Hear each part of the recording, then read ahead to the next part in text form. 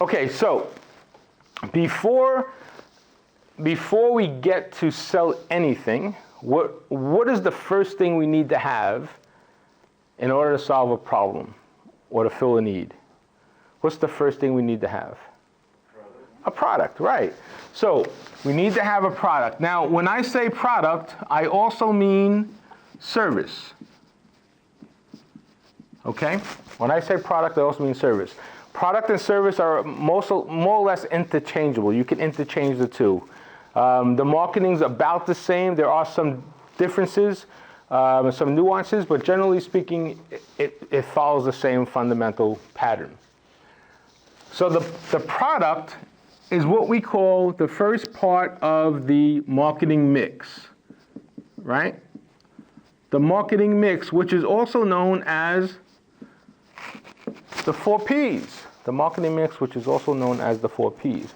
Product is the first one of those 4 Ps. So, what are the other 3 Ps? Who could tell me? What's another P in the 4 Ps? Place, exactly right. So place. Now, place is how you distribute your product, how you get the product to your customer. In most cases right now, place is what we call now a omnichannel approach. Okay? Let me explain omnichannel because there's different definitions out there. The true definition of omnichannel means that your customer could get that brand, that product, that service anywhere they want it. If they want to order it online and pick it up in store, they could do that. If they want to look at it in store and order online, they can do that. If they want to buy it in store and have it delivered to the house, they could do that. That's part of the omnichannel experience. The other part of that omnichannel experience is the branding experience also. So it's the same brand. So you see the same service, the same amount of love in store and online. So the consumer sees the same brand all the way through. Now, we're getting to a better omni-channel experience now. So think of apps, think of DirecTV when you see those ads, think of being able to buy a product from anywhere. That's all part of the omni-channel experience. So that's what place is. Now, you could have place in one. You don't have to be omni-channel. You could just sell on your website. You could just sell on Amazon. You could sell on Amazon and your website. You could sell on Amazon, your website, and in the store.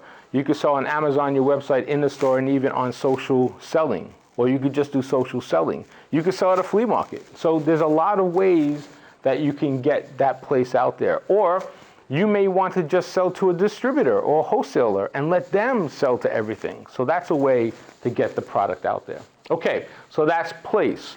What's another P? Price I like. I'm going to put price down here for a second. I'm going to leave it down here in the bottom.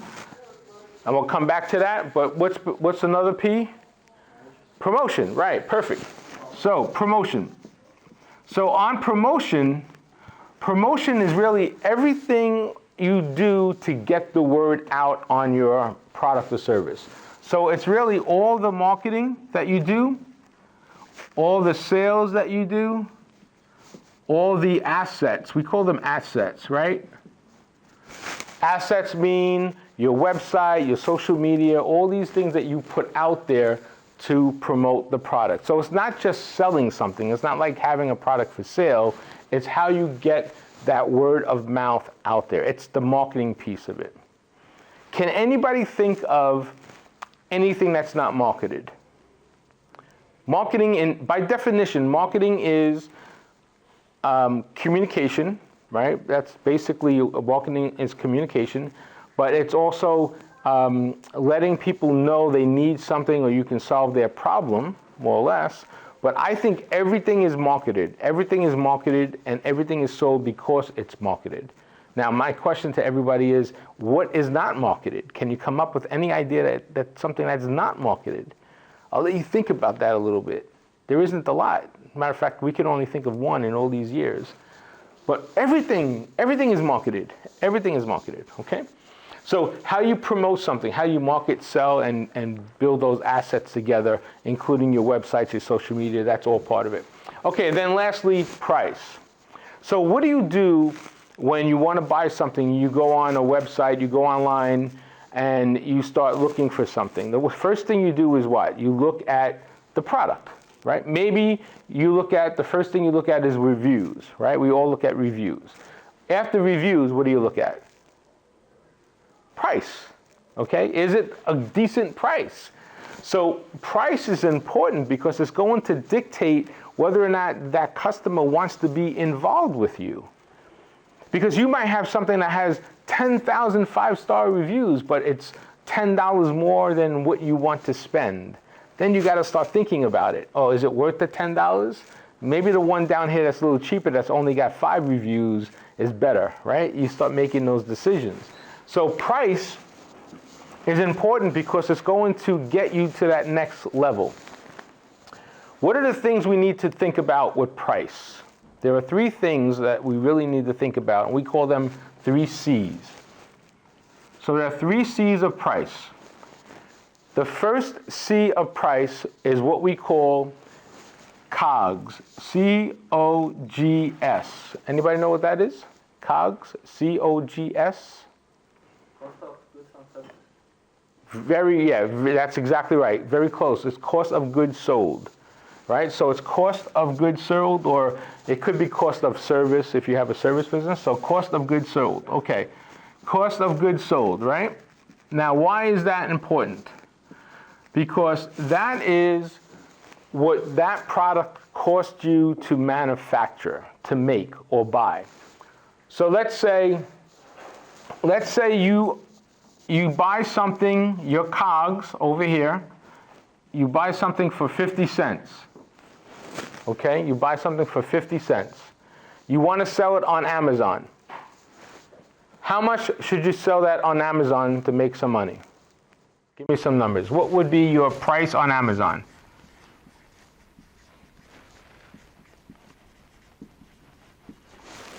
Who wants to take some ideas? It costs you 50 cents. How much do you want to sell it on Amazon? $4? $5. Okay. $5. Anybody have any other numbers? $1. Anybody have any other numbers?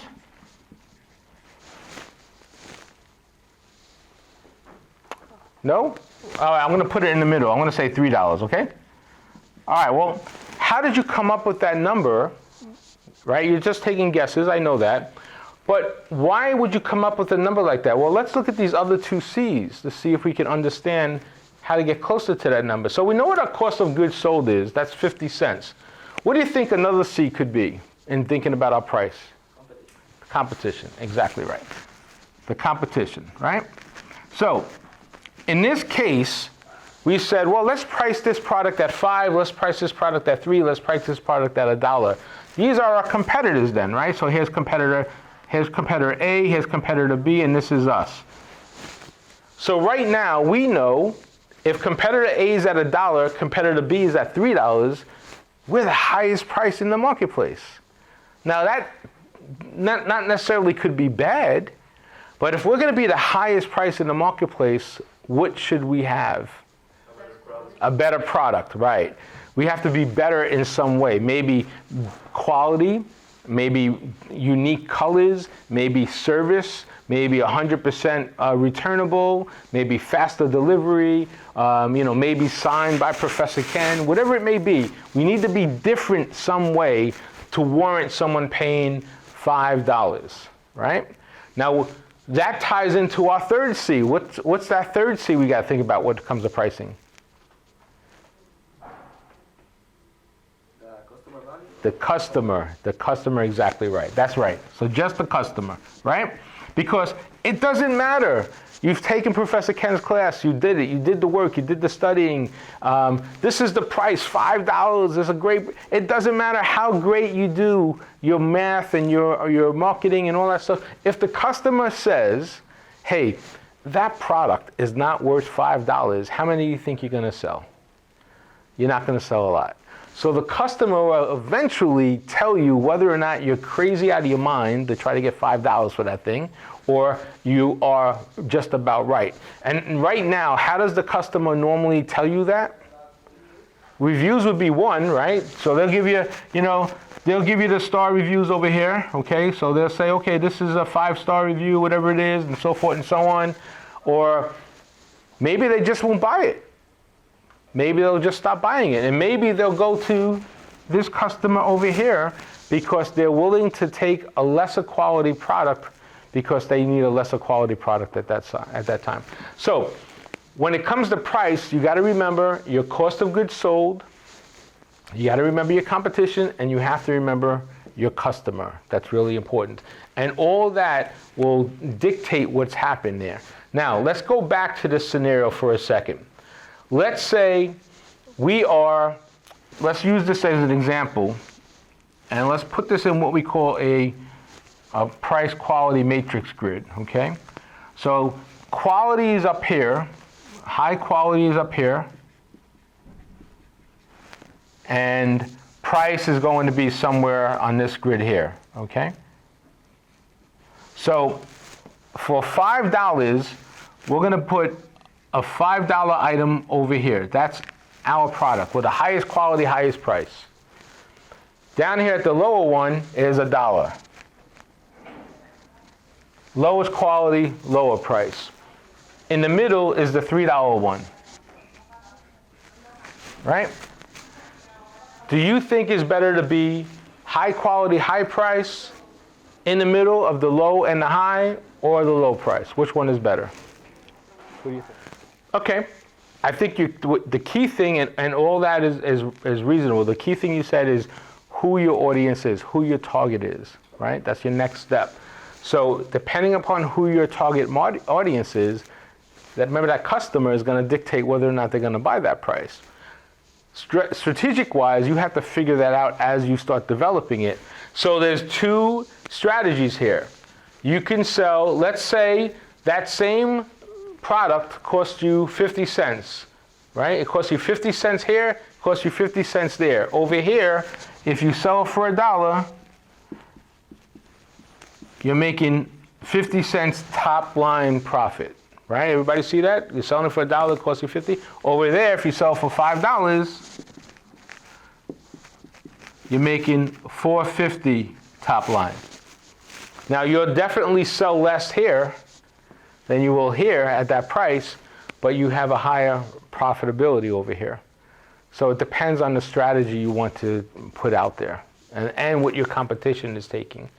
Generally speaking though, keep this in mind, generally speaking, whatever you're selling, and this is like, let's say you put anything online for Amazon, Amazon normally takes about 30-something%. Let's call it 30% as a low number. 30% of your sales Amazon will take of your dollar value. So if you sell this for $1 on Amazon and they take 30 cents, that's going to leave you with 20 cents. And you didn't do any advertising. Let's say you spent 10 cents on advertising. Now you're left with 10 cents to put in your pocket, right? That could be good if you're selling 1 million units. 10 cents of 1 million units is not bad. I'll take that if I have 5 products like that. Or I can sell 1,000 units over here and still be profitable as well. So you have to keep that in mind. So what is your cost to go to business, and how does that roll out? So this metrics, this marketing mix will dictate how you really go to market. And that's what the 4 Ps are all about. It ties everything together, and it really encompasses not only your product, but your channel, the way you promote the product, because we haven't even talked about how we market the stuff yet. Your price, what your 3 Cs, your COGS, your competition, your customer, and then this is called really where you position the product in the marketplace. This is called product positioning. So product positioning means how you place the product in your consumer's mind, the perception they have. Like if I say Mercedes-Benz, most of you know what? That's a luxury car, right? If I say, what is it, Hyundai, everyone knows that's more an economic car. Nothing wrong. They're both good cars. They both get you from one place to the other. One you're going to spend $70,000 on. The other one you might spend only $30,000 on or $20,000 on. So they both do the same exact things, made differently, different quality, of course, but they do the same exact thing. So it depends on how you position your product in the marketplace.